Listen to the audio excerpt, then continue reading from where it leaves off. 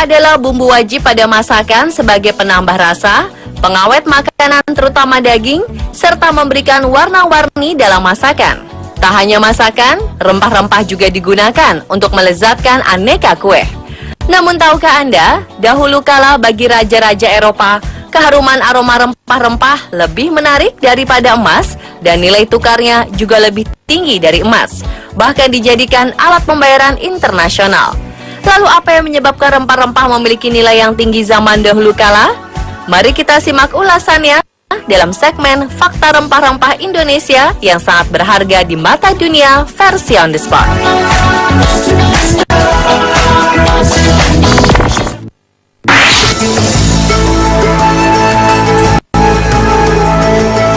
Pada masa itu, Kepulauan Maluku merupakan penghasil rempah-rempah terbesar seperti pala dan cengkeh yang paling dicari oleh para negara di Eropa. Orang Belanda menyebutnya sebagai the three golden from the east, yang artinya 3 emas dari timur, yaitu Ternate, Banda, dan Ambon.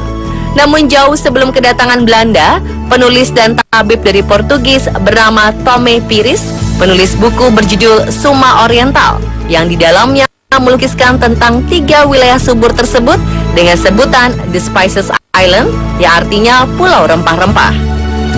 Kepulauan Maluku terkenal dengan penghasil rempah pala dan cengkeh yang awalnya hanya ditemukan di sana. Kepulauan Maluku sejak abad 10 memang menjadi wilayah penghasil rempah-rempah terbaik di seluruh dunia yang banyak diperebutkan para pedagang dan penjajah dari Eropa.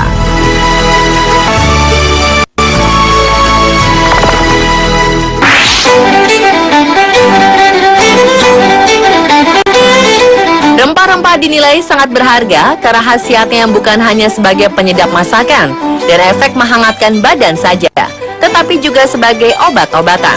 Terlebih bagi bangsa barat yang keadaan tanahnya tidak mendukung untuk melakukan penanaman rempah dan kondisi Eropa yang begitu dingin sehingga bahan yang bisa menghangatkan tubuh selalu menggiurkan mereka.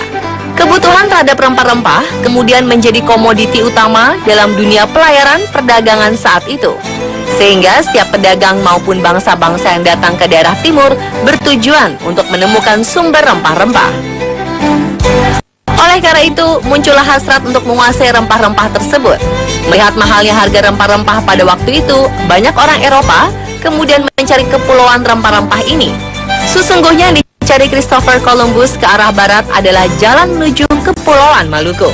Meskipun pada akhirnya ia justru menemukan benua baru bernama Amerika.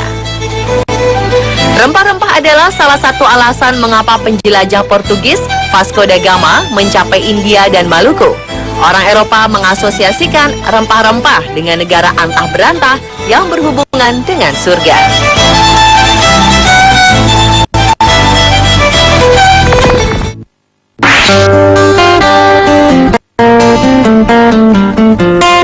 Karena rempah-rempah sifatnya langka dan banyak dicari, maka nilainya lebih tinggi daripada emas. Pada zaman dahulu kala, keharuman aroma rempah-rempah ternyata lebih menarik daripada emas bagi raja-raja Eropa dan kekaisaran Asia sejak abad ke-8. Dinasti Han di Cina memiliki aturan bahwa pegawai istana boleh menyapa kaisar jika mulutnya sudah berbau harum cengkeh. Bahkan semua orang dari negara manapun yang hendak bertemu dan berinteraksi dengan kaisar Cina diharuskan mengulum atau mengunyah cengkeh untuk menghindarkan kaisar dari bau nafas tak segar.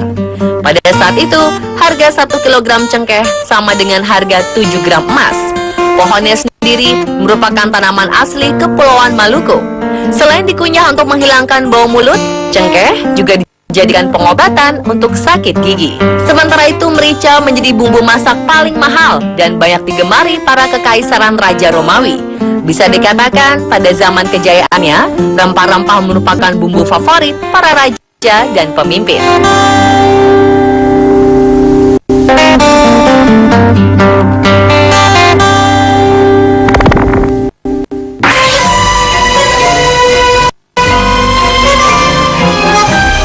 Rempah-rempah menjadi simbol status. Semakin kaya seseorang, maka makanan pestanya semakin mahal karena rempah-rempahnya semakin banyak. Dan yang menikmatinya harus memamerkannya dan tidak boleh dikonsumsi sendiri. Rempah-rempah akan diedarkan kepada para tamu dengan baki perak dan emas untuk dibawa pulang. Rempah-rempah tersebut disimpan sebagaimana permata berharga.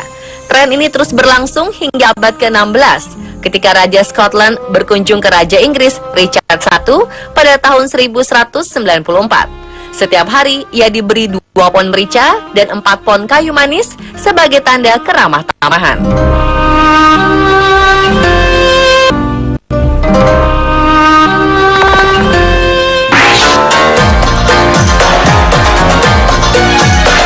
Pulau Rune, hanya pulau kecil di Kepulauan Banda Maluku ini, pernah akan ditukar dengan Pulau Manhattan, kota New York, Amerika Serikat. Bangsa-bangsa dari benua Eropa pada abad pertengahan datang ke Indonesia untuk mendapatkan pala. Awalnya digunakan untuk mengawetkan makanan, hingga akhirnya para dokter di era pemerintahan Elizabeth pertama mulai memperkenalkan pala sebagai satu-satunya obat untuk mengobati penyakit pes. Penyakit pes yang kala itu mewabah di seluruh negara-negara di Eropa dikenal sebagai Black Death. Hanya dalam waktu sekejap, nilai pala naik 10 kali lipat, sehingga harga biji dan bunga pala saat itu jauh lebih mahal daripada harga emas. Pada awal abad ke-17, Pulau Rune sebagai satu-satunya pulau yang ditumbuhi pohon pala menjadi perebutan antara Belanda dan Inggris. Pada tahun 1667, Inggris dan Belanda yang pada saat itu terus berseteru akhirnya menandatangani perjanjian Treaty of Breda.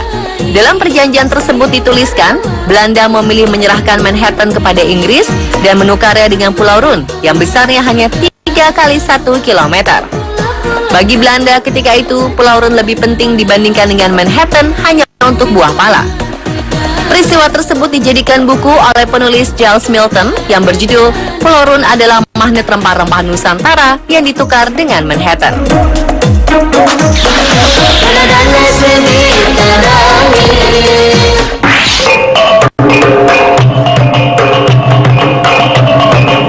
Di pesisir barat Pulau Sumatera terkenal sebagai pelabuhan yang ramai dikunjungi bangsa Eropa bernama Pulau Barus.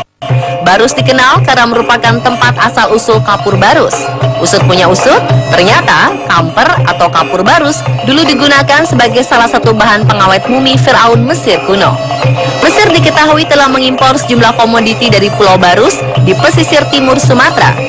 Kapur barus yang diolah dari kayu kamfer telah dibawa ke Mesir untuk dipergunakan bagi pembalseman jasad pada zaman kekuasaan Firaun sejak Ramses II atau sekitar 5.000 tahun sebelum Masehi.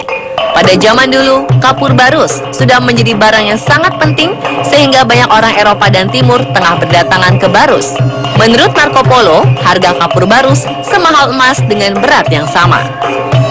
Tapi sayang, dewasa ini kapur barus sudah diproduksi tidak lagi memakai bahan baku kayu pohon kamfer, tetapi dibuat secara sintetis dari minyak terpentin.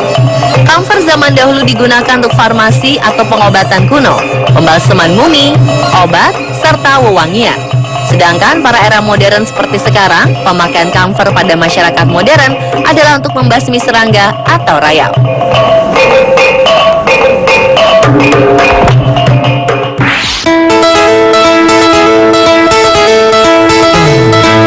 Lada adalah salah satu rempah yang sudah terkenal luas di seluruh dunia.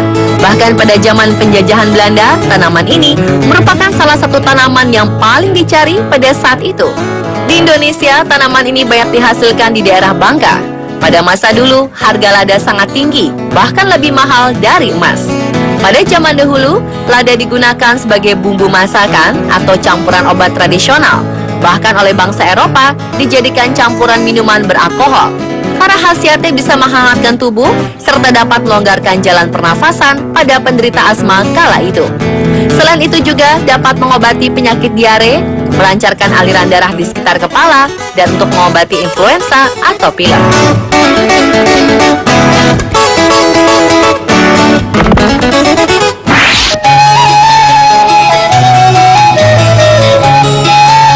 Hasil rempah-rempah di Indonesia dibawa pulang oleh para bangsa barat untuk dijual dengan harga yang fantastis. Tetapi ada juga membawa benih rempah-rempah ke negara lain untuk ditanam. Berawal dari orang Prancis yang bernama Pierre Poivre, berhasil membawa barang berharga 300 benih cengkeh dan 20.000 butir rempah pala.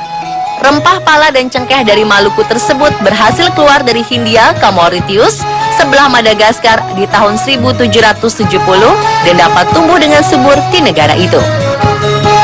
Selanjutnya Portugis menanam cengkeh, kayu manis, lada, dan pala ke Brazil. Spanyol memperkenalkan jahe dan kayu manis ke Amerika Selatan.